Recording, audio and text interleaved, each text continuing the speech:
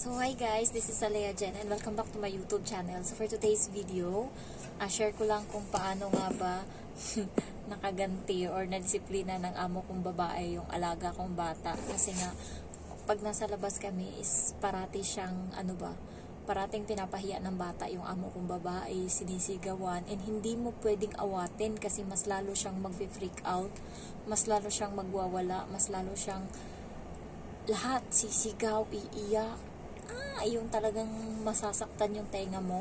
So, ganun siya, kaya nakakahiya, kaya ayaw ng amo ko disiplinahin siya sa labas. So, dito naman sa loob, makakalimutan na ng amo kong babae na pagalitan siya kasi nga nawala na sa isip. So, yun yung parati niyang ginagawa pag nasa labas kami, pinapahiya niya, sinasabihan niya, I don't like you, go away, ganyan. And then, may isa pa siyang sinasabi na sobrang sama ng loob ng amo ko nung sinabi niya yan nung nakaraan, and umiyak talaga siya. Umalis siya ng bahay, and pagbalik niya, mugtong-mugto yung mata niya. So, hindi ko alam kung ano ibig sabihin nun. Tinanong ko yung bata, hindi niya masabi-sabi sa akin. So, kanina, umiinom siya, kumain siya pagdating niya galing sa school. So, ako yung nagsundo. Okay naman. Tapos, biglang uminom siya ng tubig na madami, and then nabulwak niya ba. Tapos, nakita ng amo kong babae. Ngayon, hindi ko pinansin. Yung amo kong babae, sabi niya, punasan mo yan. Sabi niya ganun sa bata. And then, ayaw ng bata punasan. Hindi naman ako inutusan ng amo kong babae. Basta pinapapunasan niya sa bata. And then, wala. Ama na lang ako sa gilid. Edi gumilid ako. Ayaw talaga ng bata. Nagmamatigas siya. Ayaw niya talaga. Tapos, nag-usap silang dalawa. Nag-usap sila hanggang sa sumigaw yung bata. Doon na kasi nga kapag nandyan yung lalaki dito, pag pinapangaralan ng amo kong babae is kinakampihan ng amo kong lalaki yung bata, inaawat o kaya alam mo yun, siya yung parang basta niya, sinasaway niya yung mama na tama na, tigilan na. So kanina walang sasaway kaya pinabayaan ko, sige. Ayun, nag-usap silang dalawa hanggang sa sumigaw yung bata, napiko na din yung nanay, sumigaw na din, nagwala na din. And then sabi ko, maya lumapit sa akin yung bata, umiiyak. Sabi ko, maliligo na tayo. Sabi ng nanay, hindi. Sabi ng nanay, hindi maliligo. Sabi ko, punasan mo na kasi yan. Sabi ko sa bata, ang dali-dali lang yan, wala pa nga 1 minuto yan, hindi mo mapunas-punasan. Sabi ko ganun sa bata. Tapos sinunod ng bata agad, pero sa nanay hindi niya sinunod. So kinuha ng bata yung basahan, pinunasan niya yung tubig na nabulwak galing nga sa bibig niya. So pagkatapos nun, nag-usap na naman silang dalawa hanggang sa nagwala na talaga. Alam mo yung amo kong babae kanina, hindi na nakapagpigil kasi nga ilang niya na nakinikim-kim yung galit niya sa bata na sobrang inis na siya. Kanina nagwala talaga lahat, yung talagang sumigaw na siya, lahat nagalit na siya hanggang sa nung una katabi ako ng amo kong babae kasi nga maliligo na kami ng bata, nabulwak lang yung tubig kaya ayun, natigil and nantay ko. Tapos, ayun nga, nangyari, nagsagutan na silang dalawa. Yung bata kasi guys, hindi mo maano. Pag sa labas kami, sabi ng mga ibang katulong, malambing daw yung alaga ko, mabait daw. Pero pag dito sa bahay, lalo pagka inano mo siya, hindi mo masakyan yung gusto niya. Halimbawa, humindi ka sa sinabi niya, magagalit na siya kaagad. So, kanina nag-away silang dalawa ng nanay and ako umalis, pumunta ako dun sa tapos hanggang sa napiko na yung nanay, pinakita sa kanya yung orasan. Sabi niya, anong oras na? Dapat naligo ka na kanina pa sinabi ng nanay, basta nagalit.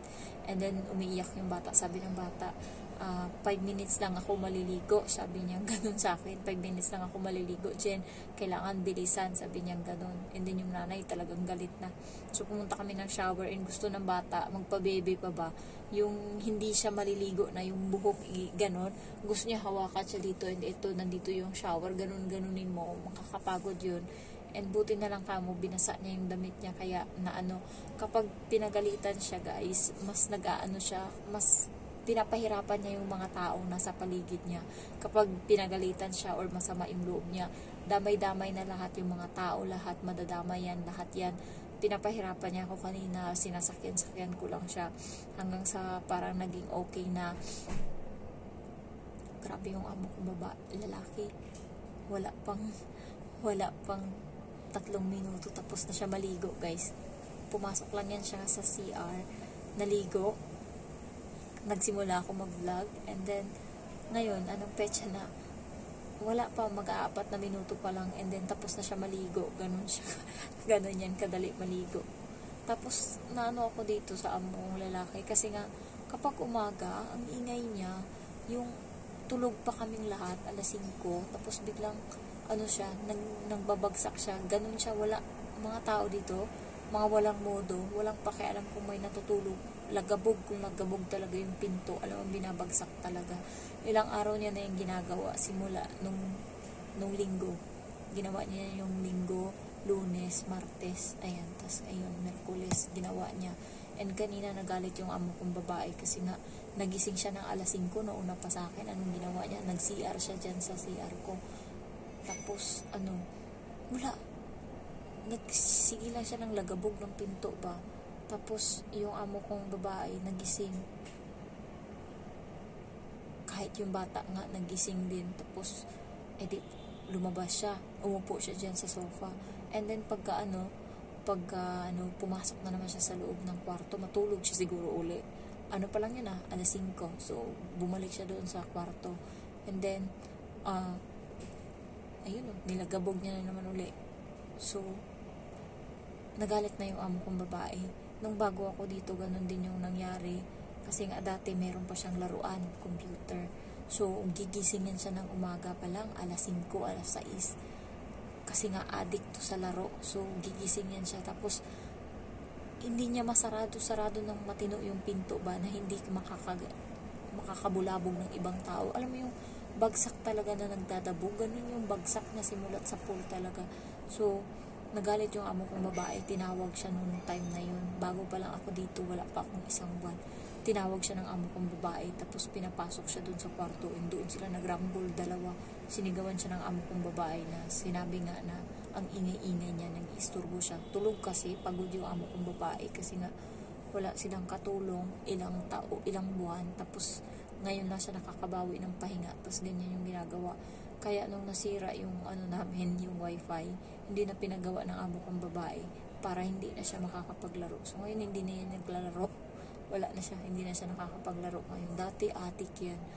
Yung kakagising mo lang sa linggo, alas 6 pa lang, nagising na siya. Gaganon yan agad, tapos punta doon. Siyempre, ikaw lulutuan mo pa agad yan ng pagkain kasi nga yun yung sabi.